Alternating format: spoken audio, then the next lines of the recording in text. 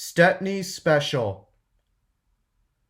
So I tried very hard, but I couldn't work properly, and they put me on a siding.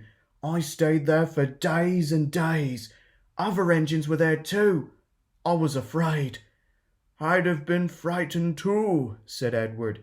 But then some workmen came. They mended me and even gave me a new coat of paint. I couldn't understand it till my driver came.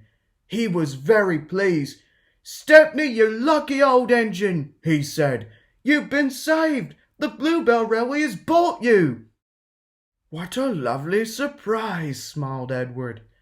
"Have they saved other engines besides you?" he asked. "Oh, yes," answered Stepney. "You'd like our Bluebell and Primrose. They're twins," he chuckled, "and as like as two peas. They only had numbers at first. Bluebell is 323 and Primrose is 27. They were very pleased when our controller gave them names. Some say he was wrong to do it. It certainly made them cocky, but they do work hard, and I think our controller was right. All engines ought to have names." "Yes," agreed Edward, "it's most important." "That's why," Stepney continued, "we've given names to our 488 and 2650. But our controller doesn't know. It's a secret. Don't tell him, will you?" "Of course not," smiled Edward. "They are both very pleased about it, because now they feel part of the family. We call 488 Adams after his designer, you know. He's a lovely engine, a southwestern from Devon. He can stroll away with any load he's given. Cromford, who's 2650, has been pulling trucks up high peaks in Derbyshire. He's tough as Cromford. He had to be for that job." "Captain Baxter's tough too," Stepney went on, "and rather rude. But he's worked in a quarry, and you know what that does to an engine's languages and manners." "I do indeed," said Edward gravely. "He's a good soul, really," said Stepney. "I like him. We both miss our work with trucks." He paused.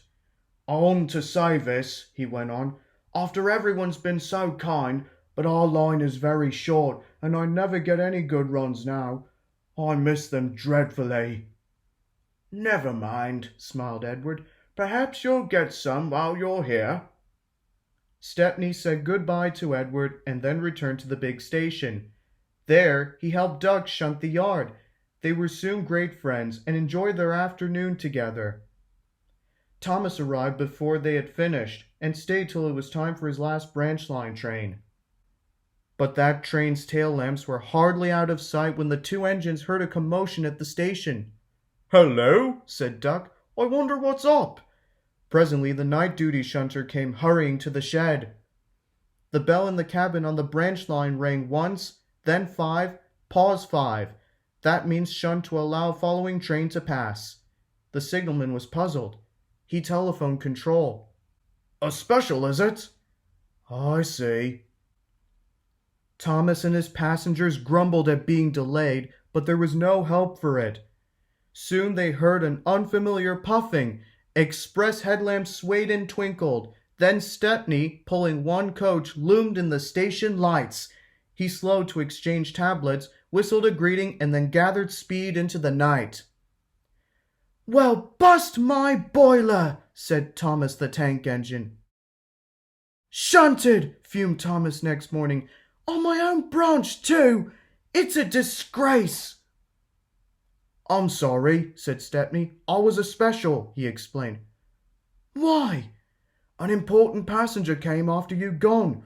He said he must get home and ordered a special. Doug kindly let me take it.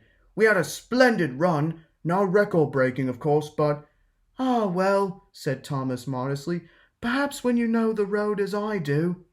"Exactly," put in Stepney. "You're such an expert." Thomas, flattered, forgot he was cross and told Stepney all about his branch line.